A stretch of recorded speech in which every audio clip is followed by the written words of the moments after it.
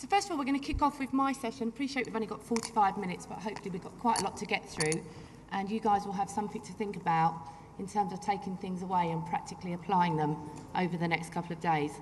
And what I'm going to ask Simone to do, or the people at Women First, is to send you like a hybrid copy of these slides so you don't have to scribble as much down. So we're going to run through the power profile, and for me this was a retrospective look at the last 6 years of my career, because if you look back 6 years ago, I didn't know any of this stuff, and I certainly hadn't kind of reached what I perceived to be the upper echelons of my own career success. So that, again, this is a look back and thinking, right, look at all what I've learned, and then my hope is that obviously I can share some of that with you. So if we kick off, get started. I think it's the reason I put up this slide is because as much as I talk about how to raise your profile, it still makes me feel massively uncomfortable when I stand before you with a list of things that I've done. And the reason being is I think culturally we're brought up not to toot our own horn or not to shout about our successes. But there is a way that you can do it and feel comfortable about it. And there's also a way that you can share with others what you have achieved, and they will go on to raise your profile for you. So if you look at kind of what's up in the slide, so today, 23 years, it's actually 24 now, in various banking roles. The highest position I reached was COO at a major retail bank. I created We Are the City. I'm not going to follow a particular order, purely out of my frustration that there wasn't enough information around women's networks. I also created something called the Network of Networks, which aims to bring diversity heads together so that we can kind of collaborate on what we're doing around different diversity initiatives, but mostly around kind of gender progression. I'm a winner of a number of awards, thanks to people that have put me up them, but today I spend more of my time nominating for people for awards, and I'm on a roll at the moment. 6 out of the 7 that I put up have all won. So I know some pretty amazing women, so I'm very lucky to do that. But at the bottom of that slide, and I think the most important thing, because this is really kind of what makes me who I am, I'm project managed by 2 little girls. I'm very much so. I'm a school governor. I'm a trustee, so a non-exec director on 2 charities. I thought it was time to do a bit for men, so I joined the board of the prostate cancer charity. For those who don't know, they're the Movember guys. So you see everyone growing lovely moustaches. Haven't quite managed to do that one myself, but I live in hope. So this is kind of where I am today, but it's important. I want to give you a little bit of context, because it didn't start this way. And by all intents and purposes, I could have taken a much different path in life. So let's have a little look back of kind of where I come from. So I grew up in Hackney, in an area called Dalston, and I'm excessively proud of my roots. In fact, I grew up in that top flat that you see up there on the far left-hand corner. And from that very flat, I used to look onto the city, and the one building that I could see was NatWest Tower. And I used to tell my mum, because it was just us 2, that one day I was going to work there and things would be different. I think I was about 7, so I'd kind of set my sights high even at that point. But where I come from, it was quite challenging, and nobody really wanted to give you a chance. And I think when I turned up in the city, I was just before my 16th birthday, because I've got a late August birthday, I was different. And I look back on it now and I realise that I was diverse. You know, I never had a college background or a university education. I had no network to support me. In a cheap second-hand suit and a bit too much of a chip on my shoulder, you know, I pounded the streets so someone eventually gave me a job. But what I did have was my mum's words and the various ones of my nan saying, you know, if you want something, Vanessa, you've got to work for it. And my nan always used to say, which is a twist on a Jonathan Winters quote, you know, your boat, Vanessa, if you want your boat to come in, you've got to swim out to it. I think it echoes the lady before, her comments. You know, nobody picks up the phone and says, I've got this great career for you. You know, come along and we've got it all mapped out. Kind of that's down to you guys. So this is kind of where I come from, and that's kind of where I am at the moment. So with that passion and belief, I thought I'd tell you a little bit about my career story, and then we can look at some of the profile activities that you can do. So from treading the boards, finally finding a job in a bank, in the very bank that I used to see from my bedroom window. I remember zooming up there to the 20th floor thinking, this is it, I've made it. Hive of activity, telex department it was, so all these swift messages coming in from all over the world. I lost that job after 3 months. And I'll share a little secret with you. My dad said to me, we're really proud of you, Vanessa. You're the first one to work in a bank and not rob it in the family. Wasn't quite sure how to take that, but he was probably right. Anyway, I worked my way up into that bank and I left, and I learnt some valuable lessons on my way up about where I come from. We very much stick up for each other, and I realised that wasn't necessarily the corporate way. So I fell foul of that at the first hurdle. The second job I had, I took over from my boss who was on stress leave. And after a couple of months, the bosses said to me, well, look, do you know what? We're not going to have her back. You can run her job. I was only 18, but I knew that didn't sit ethically right with me. So another lesson, now things could be a little bit underhanded. So I went and got her job, but in another company. And when she came back, I handed her back her department. She still wasn't happy I was leaving, but I felt I did the right thing. It was a win-win. And I went off to be a training manager. And while I was there, I was paying out all of this money for trainers to come in and kind of do these training courses, and I thought, I can do that. And I said to my boss, look, I can teach Windows, showing my age now, WordPerfect 5.1. I can do that. Why are we paying out all this money? And he's like, well, go, give it a go, and if it works, you can do the rest. So I did. I ended up training the whole company and promptly done myself out of a job because there was nothing to manage. I think that's known as good leadership nowadays. But I left there and I set up my own company at 22, I took voluntary redundancy from there, providing training into companies. Again, everyone was buying Microsoft Office at the time. It's quite a lucrative market. And I set up a company, and here's a marketing lesson for you. I bought an off-the-shelf company called Standard Solutions. I mean, who wants to buy anything that's standard? But it worked at the time. And I'd done that for about 2 years, and I earned quite a lot of money. Managed to pay off mum's debts, managed to get us out of the tower block and various other things. So by all intents and purposes, life was good. However, I was flogging a particular asset to death, which was myself. So I decided, actually I didn't decide, it was after I got a tax bill after my first year working. I thought, what's that about? Why does the tax man want my money? Valuable lesson, bear in mind, I'm probably about 23, 24. So I went permanent, and I'm coming up to the point where I'd learnt enough about applications, I'd gone into a support role, and I was working for a large pharmaceutical company. And there was a rather cute engineer, you'll see why I'm telling this story, that used to fix help desk calls, basically. So I used to pull the leads out the back of the PC and log a help desk call. And that man turned out to be my husband. It's how you bag your man, right? So after working, I went back after maternity leave. At that point, I was running a team of desktop engineers. I was quite, going into upper management, aware of the insurance boys club that was kind of there. And I went on maternity leave, and when I was coming back, I didn't think to negotiate what I'd come back as or anything. I only took 3 months off, which is actually one of my biggest regrets. And I went back, and they put me into a job, shuffling papers basically, setting up user accounts in a basement office around the back of the main office. And I thought, okay, this is probably not how it's supposed to be, but it suits me for the time being. So for 9 months, I worked myself back up, was running a team, and it comes to my second bout of maternity leave. And when I left, one of my thanks for all your gifts and everything, and by the way, if you think I'm coming back to the basement, you can think again. So when I got back, the company had actually taken over, their IT department had been taken over by an outsourced company, so there was lots more opportunities, and there was an opportunity whereby they'd just won their first banking contract. So I thought, great, I'll get a bank back on my CV. Went into that role, very, very tough role, integrating from a technical standpoint lots of servers into this company's server farm. And I'd done it for about 8 months, worked for a fabulous guy. And then I thought, why am I here? Because I can go and work for a real bank and get paid double what I'm earning now, so I'll do that. And then I got thrust into the world of investment banking.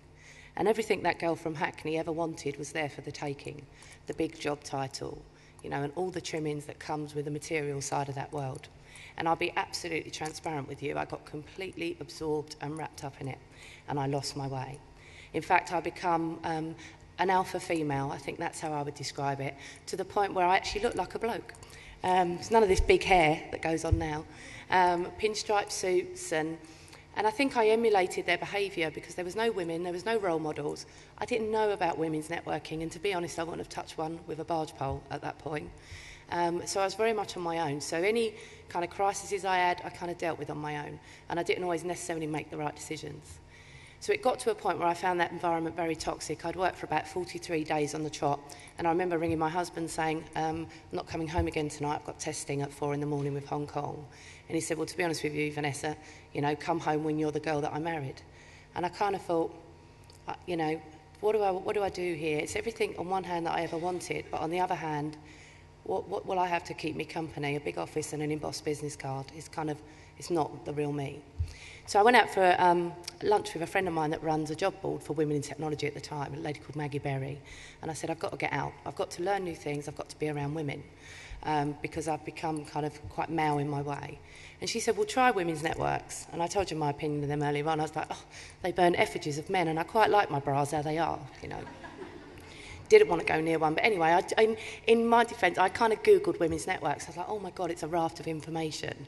How am I going to get my return on investment if I go to some of these events? I've got to leave the kids again. You know, am I going to meet the right people?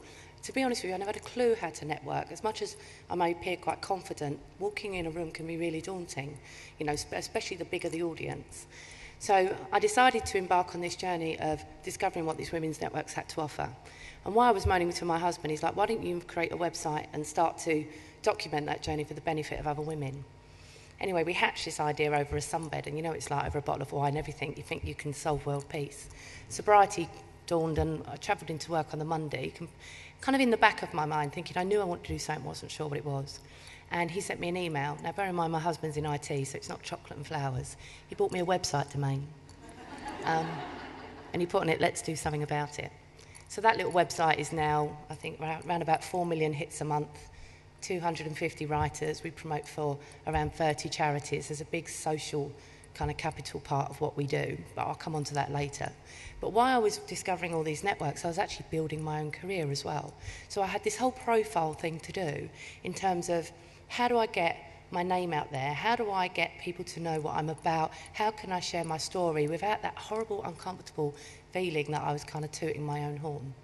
So if you look at the journey that's kind of up on the screen, I had to go and build my network.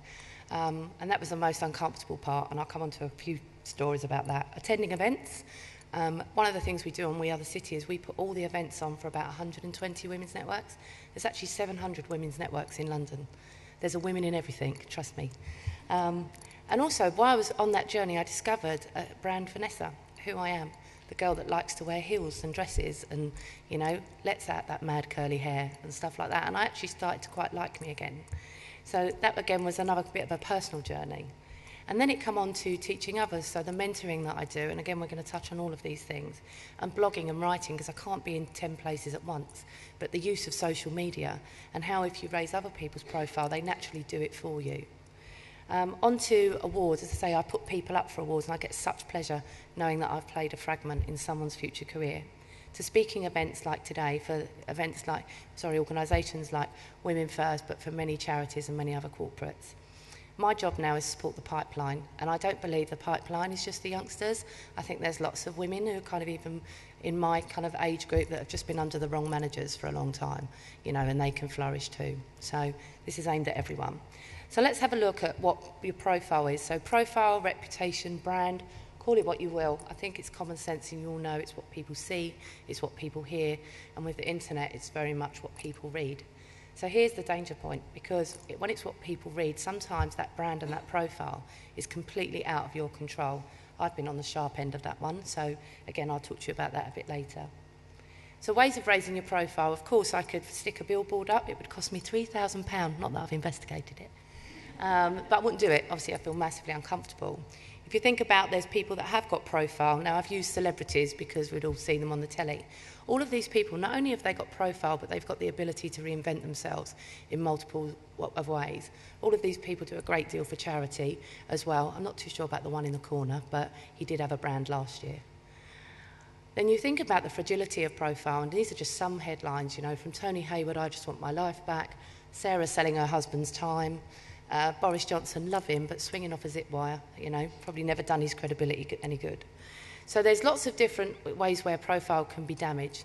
And I want you to think about that from the perspective of how people perceive you and the story that they repeat about you. So again, we can talk about that a little later. So this is very much around the story that you create and that storybook. When you look on the internet in 5 years' time, what do you want to see? You know, what makes up your story, and what do you need to do between now and then in order for you to look back and smile at that story and say, I've achieved my own measure of success. So let's start with networking. I mean, obviously you're all here. I take it some of you have done some networking before breakfast, but I'm going to make you practice it a little bit more. So in terms of why it's important, and again, I think this one's been done to death, but it does help your peer groups, it helps you learn new things, and it helps you to open up doors of opportunity for other people. Do not underestimate your power in this vein, because it's that leads to other profile-raising activities as well. Now, there are so many different networking organisations. I think I spoke to you about some of them. Here's just some of them that are coming up on the board. This is a snapshot.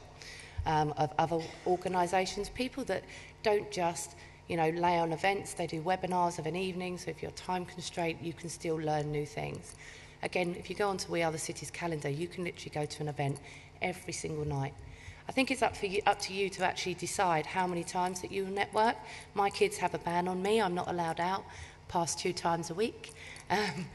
And to be honest with you, I don't have to go out as much, but the first kind of 5 years, it was a lot of networking, and I soon overcome those fears. There's a lady in the room that some of you should seek out. Her name's Heather White, and she is the guru on networking. She runs a company called Smarter Networking, and you can download a whole pack of 100 tips on how to network. But there's a story that she tells. So being only 5'1.5", I must never miss out the half, her biggest fear when she's working is when she walks into a room and there's a very tall gentleman. So what she does is she heads his way and introduces herself, because once he's done, everyone else is a doddle. So it's often finding the person that you don't think that you would gel with and having the guts to walk over and introduce yourself. But how do you introduce yourself? So that's kind of the bit that we're going to practice. I often get asked around networking internally. I've done this talk for one of the big consultancies recently who absolutely shocked me when they told me that they look each other up on LinkedIn. They don't use their own internal intranet. So I thought, all those thousands of pounds, and they're using an external tool to do it. How do you do it? How did I do it? I mean, I went to as many internal events as I possibly could. Didn't matter if it was a network that wasn't even perhaps key to what I perceived my progression to be. I would go along and meet other people. I would also seek out events where my bosses were speaking. It's a very good way. I mean, when I worked for BlackRock, Larry Fink was over, who's the head guy there, and he was speaking at an industry event. And I'd watched him speak, and I thought, I'm going to introduce myself. And I walked out, I said, oh, by the way, I work for your company. And straight away we had kind of a very short conversation, but it resonated that he knew me and kind of I knew him. I felt very comfortable doing it. And when he was still in London that week, and as he walked past my desk, he kind of recognised me and stopped and said hello, and everyone was like, oh my God, how do you know him? It's like, well, get around and stuff. But I mean, it was having the guts, and one of my mentees actually said she'd done the same thing with the guy that just recently stepped down from RBS, Stephen Hester. She'd been on one of my sessions, and she went up and approached him and introduced herself. She said it was really nerve-wracking, but at least she got to meet. So networking internally, lots of different things that you can do. And the biggest thing I would say here is ask. There was a meeting, there was a project around derivatives, and I never had a clue about derivatives. And I went to the project manager and I said to him, do you mind if I sit in a couple of your meetings just to listen around some of the language and understand what you're doing? And he's like, I haven't got a problem with that. I went to my boss and pitched it as a development opportunity. And I sat in on their meetings for about 4 months. By the end of it, I had a good understanding. At a basic level, I couldn't trade a derivative, but I understood the language. But I never would have got that opportunity had I not asked. So networking internally, let yourself, if you're climbing Kilimanjaro, let corporate comms know about it. You'll inspire many other people as well. So what I want to do, before we go on to social media, I want to practice something with you. I'm just going to zip forward a couple of slides and then we can go back. Bear with me.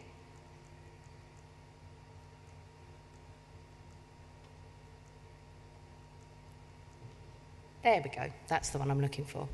So in terms of networking, we spoke earlier on about how you go and you introduce yourself to somebody. How do you give someone enough hooks that they can make a conversation back with you? How do you kind of give an intro to yourself that says enough that makes you kind of interesting and for that person to be able to respond? So for example, if I just say I'm Vanessa from Aviva Investors, the person opposite me, brain, is racking for that obvious next question. So what do you do?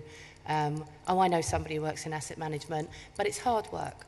So if you want to go to a networking event and you want to have a think about what is your strapline, what is the T-shirt that you wear that says, I'm this person, this is what I'm about, but in a punchy enough sentence so that people can hook into it. If any of you have ever heard of your elevator pitch, it's a bit like that, but it's Twitter style, so it's slightly shorter. So how do you introduce yourself? And when you do it, how do you use enticing words and punchy words that makes the person want to have a conversation with you? So now when we're finished this session, you guys are all going to go off and network, okay? And you're going to introduce yourself. So before you do that, I'm just going to give you a couple of minutes. I'm going to set you an exercise to think about how you introduce yourself. So I'm going to let you do that for a minute, then I'm going to get you all up and you're going to go onto a different table and you're going to introduce yourself. And you're going to talk about what those lines are and how you feel about networking. So it's just a short exercise. Just take a minute out now. What are you about? What do you stand for? Find at least 3 or 4 conversation hooks within your intro statement, and then we're going to practice them.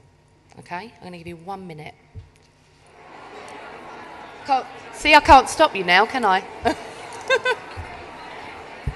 Ladies, can I bring you all back to your tables, please? Thank you. How easy was that?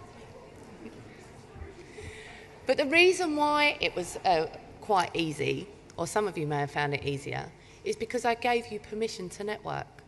I told you to go off and do it. You was allowed to do it, and I gave you the tools to do it.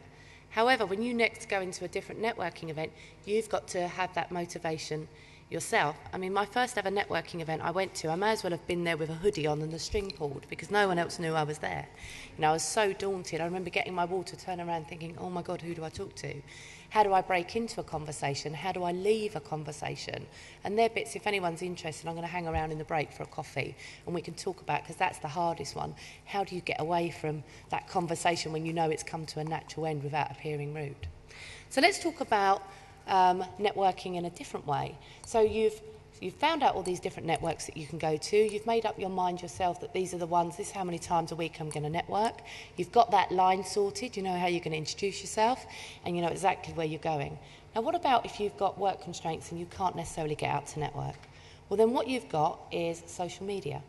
Now, some people are absolutely petrified of social media because, quite rightly, your profile's no longer in your hands, but there are certain elements of it that you can control. So I see social media and networking and linking in with people in 3 different ways. The first one is LinkedIn. That is the main tool. I remember when it first came about, I said to somebody, and I'm prepared to admit my mistakes, this will never gain enough legs. 200 million people later, I think there's no one that you can't find on LinkedIn. Fantastic tool, and again, it's something I use to network from a corporate perspective. Twitter is an amazing tool. Who uses Twitter here? Okay, a couple of you. It's growing in popularity. I use Twitter as a research tool. So I follow people that are interested in the things that I'm interested in, women's issues, diversity issues. I actually use it like a daily newspaper of a morning, all the things that I'm kind of interested in. I'll come on to some tips with Twitter, but it is growing in popularity. Again, there's lots of people that you can find on there, and it is useful content if you use it in the right way. For me, Facebook is very much a personal place, a place for my closest friends and my family, a place where I can say I've had a bad day. I don't generally connect with people on Facebook. I don't think it works for medium to large size businesses. I think it works for small businesses, like locally, but again, it's not a tool I particularly use for corporate networking. And it does cause some problems because people will try and connect with you on Facebook, and you have to say, you know, for me, that's a bit of a closed shop in terms of I've got freedom of expression. So let's look at the other 2 and give you some tips. Now, I was lucky enough to be trained by one of the guys that created LinkedIn. He's now sitting on his boat somewhere in the Bahamas, no doubt. So I'm going to give you some tips, because obviously when you meet these individuals at these networking events, you want to connect with them. LinkedIn is probably the best way to connect with them. And there's a few tips that I would give you. Make sure that you do it within 48 hours. Don't be lazy. Don't leave that. They've changed it recently and I can't stand it. It says, hi, found you on LinkedIn. It's just cheesy. Change the inside narrative of the invitation. Tell people where you met them, what you spoke about. Put a little bit more effort in. So send that out within 48 hours. Collect your business cards today and make a conscientious effort in the next the next couple of days to actually sit down and plug all those into LinkedIn so you stay connected.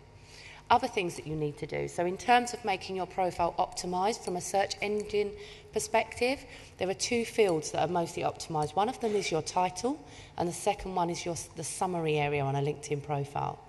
Your title on your LinkedIn shouldn't just be the job that you hold, it's the job that you can do before. So for example, if you look at mine, it says Chief of Staff, Programme Office Director, Entrepreneur, and anything else that I could fit in there, for the simple reason that when people search, it comes up. The summary area as well, something that I noticed, bear in mind, the summary area is your shop window. It's like the first page of a CV. You know, if I look in that shop window and I see sponge, I'm not inclined to go into the shop. What I want to see in there, metaphorically speaking, is a cream cake. I want you to use all of those exciting words. Write it in the third person as well, because it's very difficult to write about yourself. So words like, you know, I don't want to know that you're reliable and you just turn up for work every day. I want to know that you're industrious, you're tenacious, you're innovative. If you're talking to me about a project, I want to know what size project it was, how many people did you manage, what did it deliver, what was the business benefit outcome. Sometimes people play down what they've actually achieved. Your summary area is the place that you do that. And again, from a job title perspective, that's one of the fields that from the search engine on the web will look in. So those two need to be optimised. My absolute pet hate is profile pictures. My husband's the worst one for this. He's a double offender. His previous profile picture, he had half of his friend cut off and he had his mum's flock wallpaper in the background. You know, profile pictures are £5, top whack. If your company doesn't give you business cards, you can get them again, £5, £10. I love moo.com. They do things like curved edges and stuff. And again, I told you I'm embracing my femininity with that one. So other things that you can do, you know, meet, connect. Groups are great. If you want loads of labels on your LinkedIn profile in terms of what groups you follow, if you're not interacting with those groups or getting anything from them, it's absolutely pointless you being there. Don't be frightened to kind of clear your LinkedIn group out.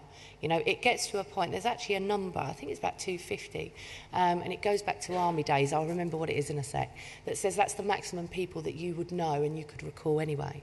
So, I mean, my LinkedIn group is up, it's about 1,500, but I mean, I've met those people. Whether or not I would remember them is another matter. But the thing is, I don't connect with anyone that I haven't met. So if I've met you, even if we've said hello and it's been at a speaking event, I will happily connect with you because we've met. What I don't necessarily go to is when somebody's been a member of a group, perhaps that I belong to, and then they send you an invite to connect, because I like to get to know someone. And even if I've met them once and we connect, then I may have a coffee or something like that. So treat LinkedIn very much like your front door. You know, all of the time that you're networking and investing, you know, it should be for something and you should protect it. So there are a few tips on LinkedIn. There's lots of other stuff. There's some amazing stuff you can do on LinkedIn. And when she circulates my slides, there's some tips and links on the back that you can go and find out some other bits and pieces. So LinkedIn is an absolute tool. Use it. They're adding some really great stuff as well. The last one I'd say about LinkedIn is around recommendations, and it goes to this profile thing. If you've worked with someone and you think you've done a good job, ask them to recommend you. Don't be frightened to do it. Can you just write me a few lines? Because it builds up a picture on your LinkedIn profile. And also, the nicest thing you can do it for someone without them asking. You can go into the menu item and write someone a recommendation and just send it and say, I'd like to, you know, if you'd like to, I'd like to kind of put this on your LinkedIn profile. It's a very nice thing to do. Twitter. So if you're on Twitter, no avatar. For those of you not familiar with that term, it's no X. People like to follow a face or a brand or something that they can kind of relate to. So just always ensure that you have a picture. I mean, I hid behind a shoe logo for about 2 years, but that's because We Are the City was sometimes evaluating bars and pubs, and I didn't want my brand to get confused with someone that was always falling out of a bar. But then people started to know it was me. So now kind of I've split my Twitter accounts. In fact, I have multiple ones, different ones for my charity work and different ones that are to do with We Are the City and ones that are my own personal opinion. Again, if you're going to use Twitter, tweet interesting stuff. The best way to build profile is to tweet other people's stuff. If you think it's good, it's an interesting link, then retweet it on. If you're going onto Twitter for the first time, watch what other people are doing. What are they tweeting? You know, and if you feel strong enough to kind of make an opinion, then do. But what I would say around Twitter is it's not the place for strong opinion. And I've seen it happen so many times. People read something, it riles them up, they respond. I always say 140 characters to type something, 140 seconds to read it back. You know, many have things done in haste, and I've seen it. It's too quick for you to respond to that opinion, you know, before everyone's kind of jumped on you. So again, for me, it's a very good research tool, not necessarily a place to get into absolute debate. And it's true what people say. Sometimes there are people on Twitter that are just looking for trouble. They're looking for you to say the wrong thing so they can jump on you. So I would encourage you to use it. Again, I've touched on the negativity bit. Dailies, again, if you're interested, I'm just conscious of time, I'll talk to you about over the break. So we've got Twitter. We've done LinkedIn, Facebook that we've touched on. Again, you may have a difference of opinion on that. Does anyone use Pinterest? Some of you have. It's growing in popularity. It's still a bit of a flaky as a platform. It's like a pictorial, it's a pictorial Twitter or it's a pictorial Facebook. You just tend to pin on pictures, a bit like a pin board, exactly what it says, but it's quite fun. So not necessarily used from a business perspective. I've seen it used more in the creative industry. So, but something for you to log on and have a look at. So we talked a little bit about the internet and what that search looks like. As I roll back 5 years in my career, before I knew anything about women's networking, all you could tell is that I was a runner and a bad one that come in when they took the bunting down, given my times. But when I look now, I'm amazed at the kind of things that people have written, but also what gets picked up by other people. There was something the other week, that an interview that I was supposed to have done in Spain, I didn't even been that part of Spain. But this is what I mean, people pick up little sentences that you say. And especially if you're writing blog pieces or that you're writing white papers or stuff like that, again, people take your words and they just propagate through the internet. So it's something that I would obviously tell you to be careful of. I think Facebook has got better with the tagging of pictures and stuff like that, but unfortunately, sometimes pictures get cached on servers, and it's a well-known fact that people look up people on various forms of social media before they meet them. We interviewed a load of recruiters last year, and almost 98% of them said that's what they do before they've met someone. So they look them up on Facebook and on the internet. So we've covered off what's my line. So we've talked about other profile things. So if you think what you've done, you can go networking. You know what to say, you know where to look. You've got your various forms of social media. You're updating your LinkedIn. Perhaps you're playing around with Twitter. You're doing some research tools. So what about blogging and writing? So for example, all the content on We Are the City is made up of women like you, people that want to write for us, people that want to share their interpretation of a woman's challenge or something like that. There are many organisations like me that absolutely would welcome your content, a chance for you to get yourselves out there. Now what we do is we brand it as you with a link back to your website and a picture. So as long as they've hit us to have a read, if they go back to you, that's what we do. We're a platform for women. But there's also a number of other organisations that will allow you to write for them. Does anyone here want to write a book? Has anyone got a book in them? A couple of people? So, for example, I mean, there's nothing you can't find. There's an organisation, there's a couple of them actually. She's called the Book Midwife. She helps you give birth to your book, which I thought was quite interesting. But lots of them, different white papers and stuff like that. And all of the women's networks are always looking for content. It's a good way of getting your name out there. So, blogging and writing. My clicker. Mentored and mentoring. Now, I'm a big fan of giving back because I absolutely believe it is a fundamental part of your career. And the way that I tend to do that, or what I've started to do perhaps over the last 6 years, once I've taken my blinkers off, was to mentor others, to try and impart my experiences and also learn from them. You know, a lot of my mentors make me look at life through a completely different lens. And it's a two-way street. I say if you're looking for mentors, what I would advise you to do is always aim 2 ranks above where you currently are. This goes back to my point earlier on. If you don't ask, you don't get. There's a story, my husband worked with a particularly difficult stakeholder, and he's like, come on, Vanessa, you know everything about women. How do I get her to kind of get on side with me? How do I find out more about her? I absolutely aspire to her. And I said, why don't you ask her to be your mentor? And he's like, oh, no, God, she'd never do that. Anyway, he went away, and then 2 days later come back with this fab idea he'd had about asking this woman to mentor him. You know how it works. And he did. And she emailed back and she said, you know what, no one's ever asked me to mentor them, but if you lay out a framework, I'm happy to do it. And she mentored him for about 6 months. And when his promotion came up, clearly she had skin in the game. And believe it or not, she actually didn't put him forward for the promotion because she didn't think he was ready. But she did the next time, and he got promoted.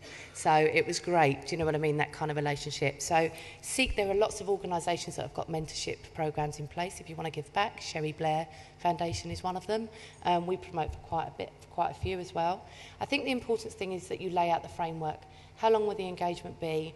What is it that we want to cover off? Now, I have rules when I'm mentoring people. So my 3 rules are that I won't mentor anybody that isn't mentoring someone else, because otherwise the cascade stops with us. And I want there to be a continuous cascade. So that's rule number 1. The second rule being that once we finish that mentoring arrangement is that I will find them their next mentor, because I will kind of help them, and because I've got quite a big network, I can find them somewhere else. But you guys will have the same size network if you practice some of what I've been saying. And the last thing is that I become their champion for life. So I'm always opening doors for them when they're not in the room. I know enough about them that they don't have to be everywhere because I'm going to be there for them. And all of their previous mentors will do the same. It's about champions. They're calling them sponsors. Call them what you like, but it's about you raising the profile of other people that you know and talking about what capabilities they have. Believe me, it comes back in abundance. So again, it's a great thing to do. So mentoring, and there is a framework that I can probably share with Simone that some of you may find quite useful. So anybody here aspire to be on boards or trustees? Some of you? There's some great organisations. Again, there's a lady here called Heather, the one who runs Smarter Networking. She just set up something called the Non-Executive Hub, which is not just for women, it's for men, but it gives you all of the information on what that journey looks like and what it entails. There's some other people up on the board. You've got Women on Boards, fantastic organisation, and then you've got others that kind of do like training programmes. When you go into a trustee position, go with your eyes open. They tell you it's 4 meetings a year, but invariably it's not. It's a lot more than that. But again, it's a good thing to do. I always think the way to start, school governor, and then work your way up to a charity trustee, and then obviously you can aspire for a more paid board position. So I'm going to have to wrap up shortly. So I just want to talk to you about this giving back, because again, I think it's a fundamental part of your career. So we've talked about how you can do it in terms of trustee, school governors. Our schools are crying out for governors at the moment. You know, the skills that we all take for granted, you take that into a school and you can create absolute magic. I know because I've done it and I've watched other people do it. Lots of good hearts, but again, I say there's skills that we don't even realise that we have. So again, small charities. Has any of you been back to your schools or universities? Some of you? Again, it's another thing to go back, tell your story, inspire the next generation, and help grow that pipeline. There's an organisation called Futures First, and they're actively at the moment looking for people to go back to their schools. Again, there's links at the back of this. So in terms of your profile, yes, it takes time. It takes investment. It takes a little bit of thought. It takes time kind of updating your profile, going out, meeting people. And I think there's a list of things that I think you must have, regardless of how comfortable you are in a job. Your CV should always be up to date. It's not something that you get out and dust off. Your LinkedIn profile, your pictures, I think we've covered them off, business cards and things like that, that elevator pitch that we spoke about. Lastly on this one is just a checklist, and I said I'm going to get Women First to send this out to you because I want you to dig it out in about 4 weeks' time and dust it off and tell me if you've done any of it. So you can connect with me via LinkedIn. You know, have you looked at that LinkedIn profile? Have you gone to one networking event other than today? Even if you picked 1 or 2 things off that list, you know, it would be a start. And I told you there's a list of links. So when this gets sent out, you can make the change. You can literally do it tomorrow. You can click on any one of these, blog, you know, create your own website, go on to work for a charity. So I'll get that sent out. Now I'm going to get a hook that comes and hooks me off the stage now because I've probably overrun. I can probably take a couple of questions, but then I'm happy to come and have a coffee with someone a little bit more informally. So is there any questions at all? No, thank you.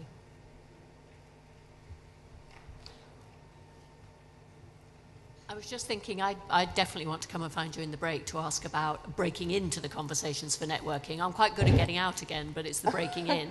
And I just thought perhaps if we have a moment, perhaps you could tell us all, because I'm sure everybody wants to ask us that same question. Breaking into conversations. Yeah, when you're networking. It's funny actually, because when you observe how it's done, and this is no disrespect to men, when they network, they're very closed, whereas women tend to open up a little bit more. I think it's always difficult when you enter a conversation and people are already talking, because there's that awkward silence, isn't it, where everyone kind of looks around to see what you're saying. It's about confidence. You know, and again, if you're hanging around, I think, you know, when you look at a group of individuals, you'll see 1 or 2 people on your own. I round up the people that are on their own. I create my own little networking group, sometimes rather than going and breaking into a big conversation where perhaps it's a little crowded. So that would be my advice, you know, go and find the 2 or the 1s rather than kind of the big circles and have that line ready. And just, as I say, it's a confidence thing, and the more you do it, the better that you get at it. I hope that helps.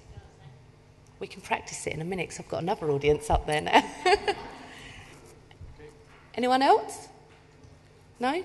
Okay, I look forward to having a coffee with some of you. Thank you very much.